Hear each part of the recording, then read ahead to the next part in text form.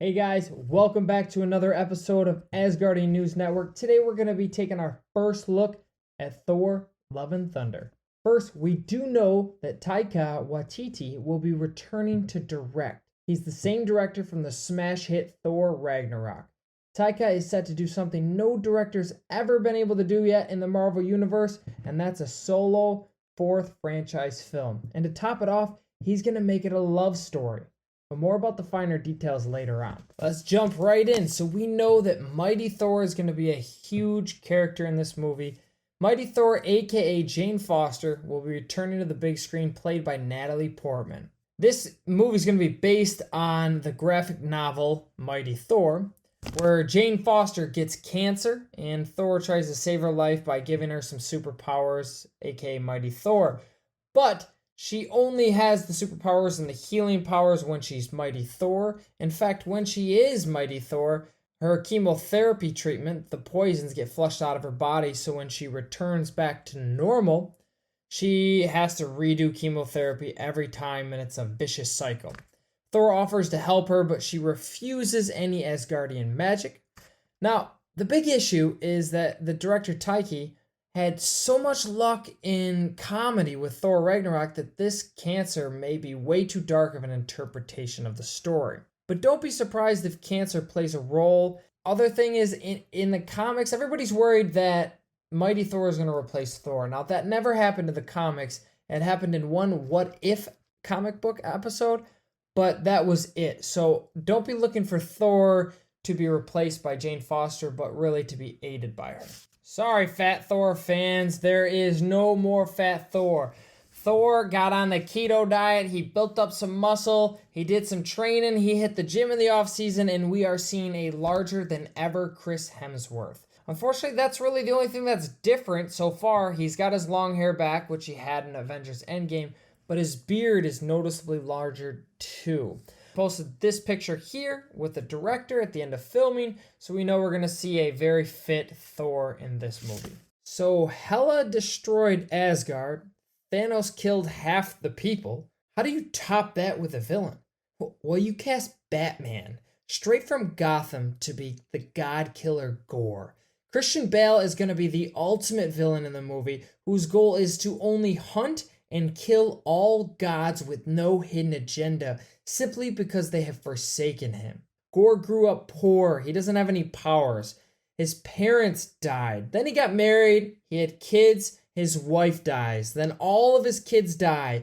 He remains faithful. He believes in God. He thinks great things are coming to him. And then his final son, Agar, dies. This is where he decides that gods are evil and they must pay. He's wandering his planet because his planet's a very religious planet, and he's basically exiled for no longer believing in God, where he comes across two gods fighting. One god kills the other one's badly wounded, and the badly wounded god turns to him and is basically begging for help. GORR turns to the other god and actually picks up his sword, and he becomes one with it. Very similar to Venom's symbiote, and starts to have his powers, and he turns and he kills that god. And then that day he vows to murder every god as punishment for what they put him in, because he wasn't sure really if gods existed or not because of the damage that they had done to him. But now he knows that gods are there. He is going to hunt them down, and he is going to kill every single one of them. So I'm thinking this film's basis is going to be Thor's going to be traveling the universe. He's going to find some dead gods here and there, and then he's going to see more and more, and it's going to be sort of like a murder mystery. And he's going to eventually find GORR, and GORR is going to imprison him, and that's where Mighty Thor will come in and the rest of the gang. I mean, that's how the comic books went. GORR is just deadly. He can conjure a ton of different weapons. Again, very much like Venom. He has no superpowers, but when he wears the suit, he is much stronger than Thor. Now, he also accumulates an army of dark minions in the comics, so it'll be interesting to see. We got a lot of superstars here, so I imagine he's going to have some sort of army to kind of keep them all at bay. So if there's going to be a god hunter, I imagine we're going to see several different gods in this film. Now, one god that is confirmed is Zeus, who's going to be played by no other than Russell Crowe. Now, Zeus in the comics is pretty much similar to Zeus from Greek mythology. Zeus is, god of Olympia, marries blah blah blah. He does all these things. He has Hercules. He has tons of different children. You know the story of Zeus, right? Now, so in the Roman Empire, in the comics, they worship him. In ancient Greece, they worship him. Now, once Christianity came about and they stopped believing in Greek mythology, Zeus basically just turns to Olympus and says, hey, we're out of here. We're leaving Earth behind. And that's why Earth doesn't know Zeus anymore. So Zeus is going to be a very tough god to kill. And I imagine they're not going to cast Russell Crowe for a minor part. Zeus, some of Zeus's abilities, he has superhuman strength, superhuman speed, superhuman reflexes. He's got godlike stamina. He's never going to get tired. It's so hard to do any real damage to him. He can heal himself. He's immortal. He's shape-shifting, and he can look into the future. And so I'm not sure if we're going to use him for his fighting abilities in this, if he's going to reach out to Thor to kind of guide Thor. I look at Russell Crowe as probably the old guidance counselor here who's going to lead Thor on his journey. One of the biggest questions of this film is, are the Guardians of the Galaxy going to be in it?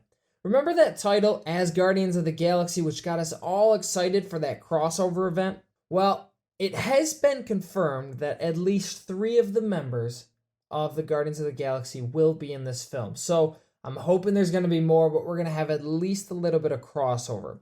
As you can see in this picture, Star-Lord, played by Chris Pratt, right next to Thor. Obviously, he's going to be in it. Now, Mantis was confirmed. Mantis is somebody I wasn't really expecting to be in this film, but she was confirmed. And Nebula, played by Karen Gillan, who, you could see without all that makeup on in Jumanji, which she's unrecognizable. She's going to be in the movie as well. Now, the big question is are they just dropping Thor off? Is this just going to be a beginning scene where they drop him off somewhere where all the Asgardians have gathered? Or are they going to stick around to fight? I mean, they got a god killer on their hands. I think I speak for all of us when I say I hope they're here to stay. So who else is going to be in this film that we know?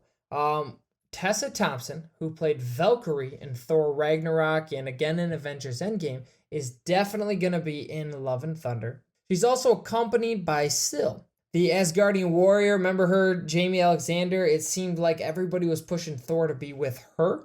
But now the tables have turned, and rumor has it there's going to be a love story between Tessa and Jamie's character, which is a huge step for Marvel, and it's going to make one hell of an Asgardian power couple. Now, of course, with TAIKA WAITITI directing, it's safe to assume that our lovable KORG will be returning to us, and he's going to be playing a pretty large role. Kong's dry humor is amazing in contrast to the seriousness of Thor movies, and his presence is so welcome. Another character I'm very excited to see is Kraglin. Now, I know what you're thinking. Wasn't he Yondu's right-hand man, just kind of like a servant to him? Didn't really do anything crazy. A little bit of comedic effect, but that's about it. What's so exciting about that? Well, here in this picture from set, he's got Yondu's mohawk on. So it's pretty safe to assume that he's going to have all the powers of the arrow that Yondu had. So this is going to be super exciting and a great tribute to him. Now, I'm only including this last part, not because I think it's going to be a pivotal point in the movie, but because it's confirmed and I think it's going to be hilarious. So you guys obviously remember Matt Damon's character in Thor Ragnarok, where he plays an actor who is playing Loki, right? Well, it turns out he's actually back, and he's going to play Loki actor again in this version. So they're going to be, the Asgardians at some point in this film are going to be retelling the story of Ragnarok. And so Hela, obviously the killer sister, is going to be played by Melissa McCarthy, which is going to be hilarious because those two could not be more opposite. And it is going to be such a funny role. And then you're going to have Thor, played by Chris Hemsworth's shorter brother Luke, which is also just hilarious in itself.